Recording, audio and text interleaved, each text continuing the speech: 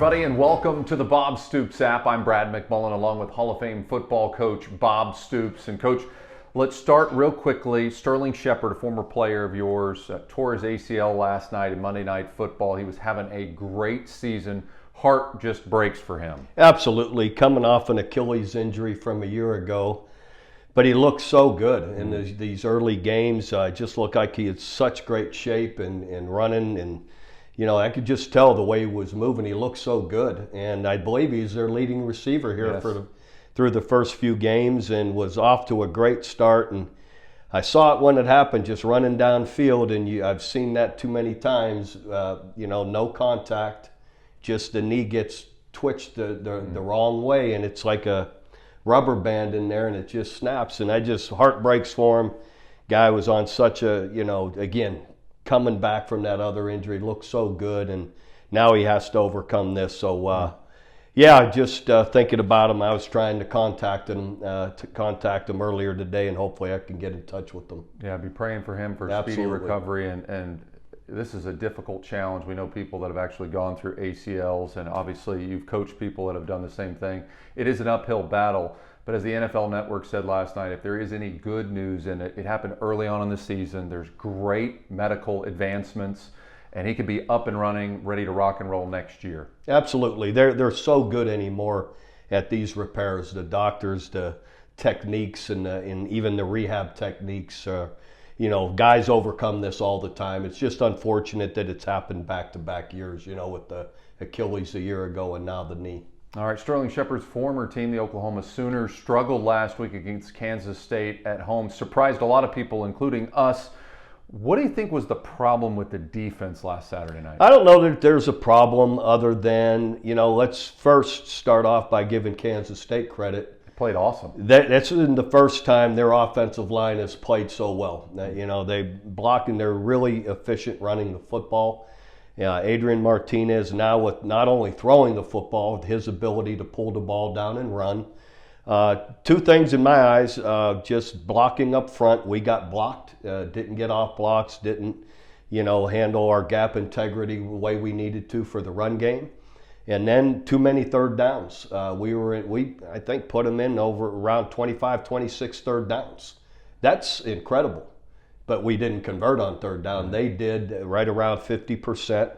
And that's what keeps the chains moving. That's what keeps our offense on the bench and led to scores for them. So in my mind, that it's that defensively we got blocked and handled overall, and they converted third downs very efficiently, and we needed to be better on third downs. And if you were wondering about Adrian Martinez, he himself said it was the greatest single football game he's ever played in his life, and we saw that if you give someone like that with experience time, it can be very dangerous. Well, and that's not only their ability to run the ball with their blocking and whatnot, they protected well. Yeah. Every other game, we've been harassing the quarterback, and we had trouble getting to him. And when we did, he'd slip out of it and then took off too many times for some big gains on third downs. All right, so you've been in these situations before where a team has upset you, but you've turned it around the next week. What is the key for Oklahoma to turn it around when I would argue that TCU is a better team than Kansas State? Well, I think as much as anything, trust your process, trust the way you're going about your work through the week. You have to, and Brent's and this staff has been around too many quality, good programs not to. They know what they're doing. And then, just focus on some of the ways they can be better. Third down efficiency in particular, really both sides of the ball. Third downs could have been better on both sides, and especially on defense. That's the biggest thing is don't lose faith, don't lose confidence, and have the mindset to get past it. I always reminded my coaches, don't let one loss get you twice. Don't carry it into the next game. Win or lose, you've got to remove yourself from the last game, focus on what you can do to be better, and prepare like hell for the next game. Yeah, Deuce Vaughn had a great game for Kansas State, but he was actually outshined by OU's running back Eric Gray, who I thought had his best game as an Oklahoma Sooner. He ran hard, and he broke a lot of tackles. I thought Eric looked fantastic, and offensively, we didn't run it well enough in the first half. We sure did in the second half. and that made for it made a big difference. And I thought Dylan Gabriel was very good. Sure missed a couple that he'd probably like to have back, a couple of big shots. And that's where, they can, as good as we were offensively, there's some little points that we could even be better. And I know that's what they'll be working towards. But Eric Gray and running the football, I thought was outstanding. Yeah, I think he has truly taken a large leap forward this year. All right, let's talk about this week's game. A battle at TCU. They're going to Fort Worth, an undefeated TCU team who has handled its business in 2022. Yeah, and no surprise, Sonny Dykes is an excellent coach. I've known Sonny for a long time. He was with my brother Mike at his Arizona staff way back when, and he's did a great job at SMU before TCU. So Sonny's got a great background, an excellent coach. They're off to a great start, definitely. So it'll be a heck of a game. I still feel good about OU and going down there. That'll be a challenge to our guys. We've already had a challenge at Nebraska, so they'll be up for it and ready to move forward. And hungry to play on Saturday, I'm sure. All right, let's talk about some of the other games that are out there across the country. Washington and UCLA, both teams undefeated in the Pac-12. Washington favored by 3 on the road, going to be playing UCLA. Yeah, that's a tough one. I hadn't seen a lot of Washington other than highlights, and same thing UCLA. And you got to respect what Washington's done to this point. It's probably been a little more than what UCLA has done, thus why they're favored. So I'd probably go with them, but I've always been very good friends with Chip Kelly, so I have a hard time rooting against Chip. But if I was putting my money down in Vegas, I think I'd go with Washington. I'd agree. And when you see how Washington played against Kent State and then saw how Oklahoma played against Kent State and Georgia played against Kent State, Washington's a good football team. All right, we've got Michigan, Iowa. Michigan 4-0 traveling to Iowa, who's 3-1. Michigan favored by 10.5 points. Well, it's Hawkeyes have struggled scoring points. There's no doubt. Everyone knows that. But overall, I know Iowa's defense will keep them in the game. They're so good and always have been. And so I got this a low-scoring game, and I think overall, I hate to pick against my Hawkeyes, but I think they'll cover. It won't be 10 or more, but I got a feeling Michigan will win. Yeah, and when you saw Michigan struggle last week, you know they're going to be coming to play big time this week. All right, your brother, both of your brothers, coaching at Kentucky, taking on the Ole Miss Rebels in Oxford. Another battle between undefeateds as number 7 Kentucky travels to number 14 Ole Miss. The Rebels favored by a touchdown. I'm going to take Kentucky. I've seen them up close and personal. I think they've played really well, good, solid football in every part of the game.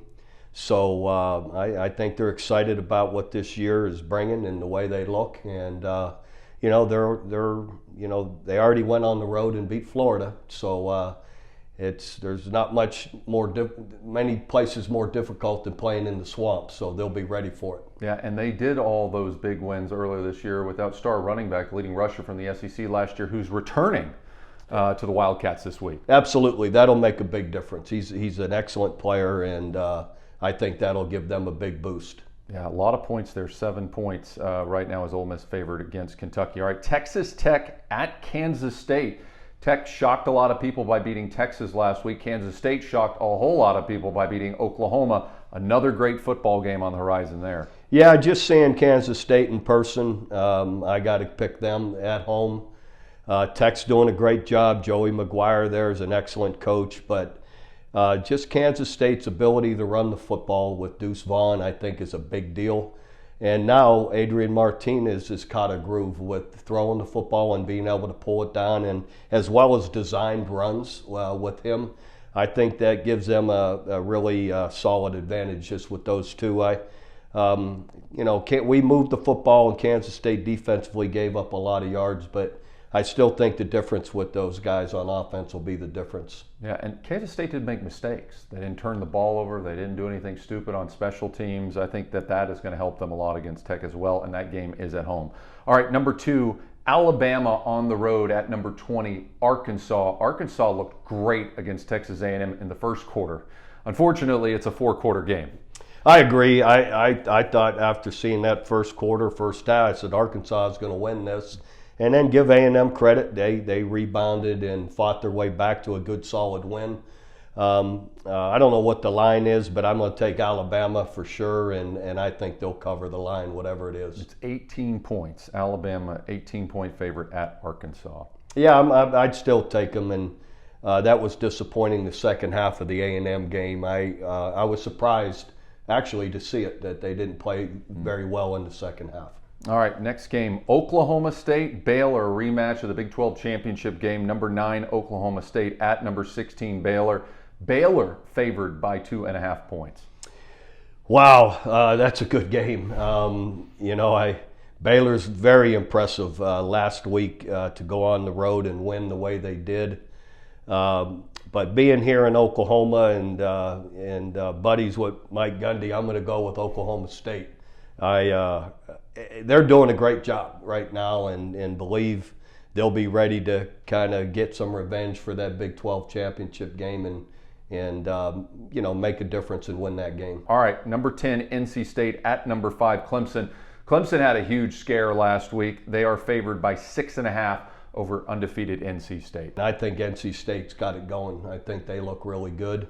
So I think this is their time. I think they'll go in there and win it. That'd be my pick. Should be a great game. I think that's a lot of points on this game as well. So I agree with you. And NC State will cover. And Clemson's, maybe minus Brent Venables, their defense hasn't looked as good overall by any means. They did not. All right, last game on our pick. Number 17, Texas A&M at Mississippi State. Mississippi State favored by 3.5 points.